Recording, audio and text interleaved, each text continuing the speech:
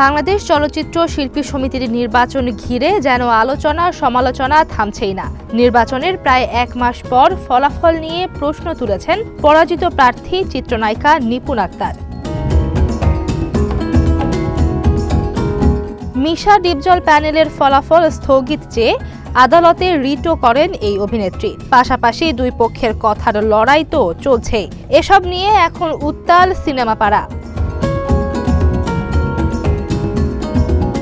গেল বুধবার এফডিসিতে নিপুণের বিরুদ্ধে ব্যানার নিয়ে মিছিল করেন শিল্পী সমিতির একাংশের সদস্যরা। তারা প্রশ্ন তুলেছেন, নিপুণ এত টাকা কোথায় পেয়েছেন? এবার যুক্তরাষ্ট্র থেকে সেই প্রশ্নের উত্তর দিয়েছেন এই অভিনেত্রী।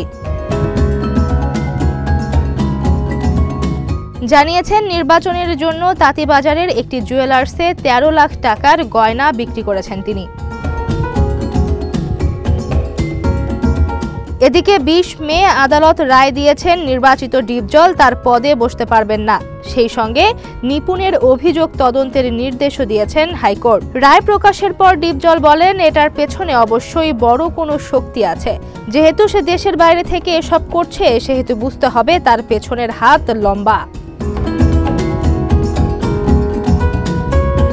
এবার নিপুণ উত্তর দিলেন ডিপজলের কথার। তার ভাষ্য, আমি পৃথিবীর যেখানেই থাকি আইনের কাজ আইন করবে, তাতে হাত লম্বা খাটোর তো কিছু নেই।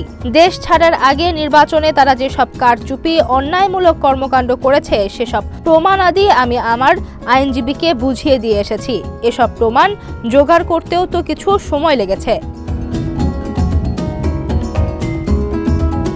ডিপজলকে বুঝে শুনেই অশিক্ষিত বলেছেন নিপুণ।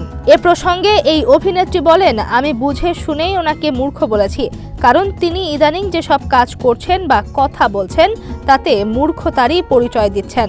আমি ভুল কিছু বলিনি। আর ডিএ তায়েব যে মামলার কথা বলছেন, আমি দেশে ফিরে তার বিষয়ে ব্যবস্থা গ্রহণ করব। এফডিসিতে নিপুণের বিরুদ্ধে মিছিল করার প্রসঙ্গে এই অভিনেত্রী বলেন, যখন রাঘব বোয়ালদের অন্যায়ের বিরুদ্ধে লড়তে যাবেন তখন নানা ধরনের কটাক্ষ, নিন্দা কিংবা তার চেয়ে বড় কিছু মোকাবেলা করতে হবে। সুতরাং এ নিয়ে মাথা ঘামালে চলবে না। নিজের অধিকার ও সত্যের জন্য লড়তে হবে, এটাই মূল লক্ষ্য। আমিও নিজেকে সেভাবেই প্রস্তুত করছি। এসব কটাক্ষে আমার কিচ্ছু আসে যায় না। ডেস্ক রিপোর্ট, প্রতিদিনের বাংলাদেশ।